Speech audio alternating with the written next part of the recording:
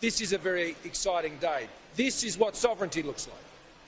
It's right behind me, but it's not just this incredible new aircraft of which Australia is invested in for Australia's sovereign defence, but it's everything that goes into it.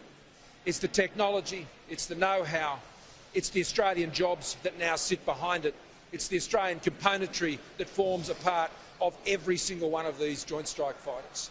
This is the demonstration not only of Australia's capability, but it's the demonstration of Australia's partnership with so many around the world, whether it's our alliance partners in the United States, whether it's in our commercial partners in the defence industry, particularly BAE as we are with them here today, whether it's the many, many suppliers and the subbies and the others involved in not just delivering what is done here on this base, but also those who are beyond this base, those bringing forward the next generation of engineers and technicians and others who will be involved in the jobs here, not just for one generation, but for generations and generations to come.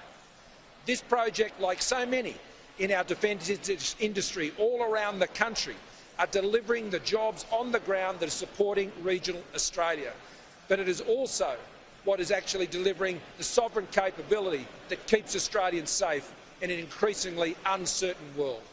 Our government is absolutely committed to the defence of our nation, but doing what is necessary to make that a reality.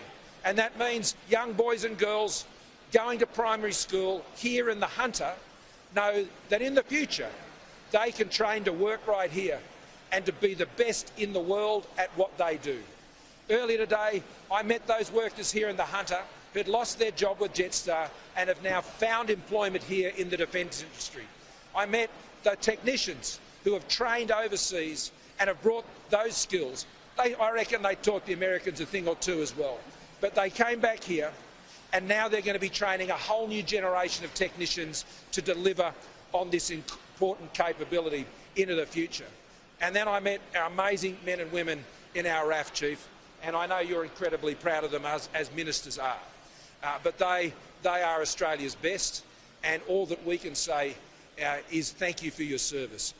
Meeting Junior up there before, who's spent a lot of time in these F-35s, and he's putting the others through their paces now. It gives me a lot of confidence about what's happening here. But I particularly want to say to people here in the Hunter, we are so committed to what's happening in this region.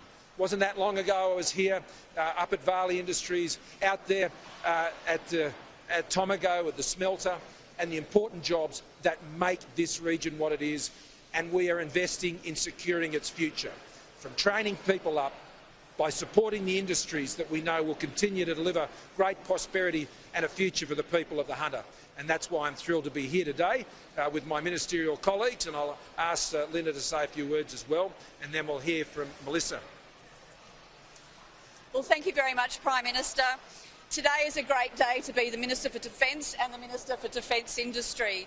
This is, as the Prime Minister said, what sovereign defence industrial capability looks like.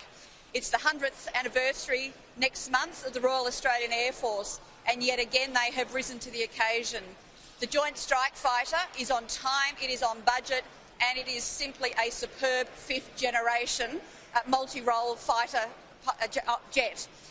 It is doing exactly what we need it to do. In fact, the Chief of Air Force in December last year declared initial operating capability, which means that these 30 that we have are now ready for combat operations. So can I just commend the Royal Australian Air Force and the squadron here in Williamtown who have got us to this point today. But can I also say thank you very much to all of the Royal Australian Air Force men and women who are supporting this capability. Also a great thank you to BAE Systems, because they and their staff will be maintaining this capability right here in Australia until for at least the next 50 years. So as the Prime Minister said, that is world's leading technological capability being sustained by kids who have not yet even been born here in the Hunter region. So thank you very much. This is a very proud day for our nation.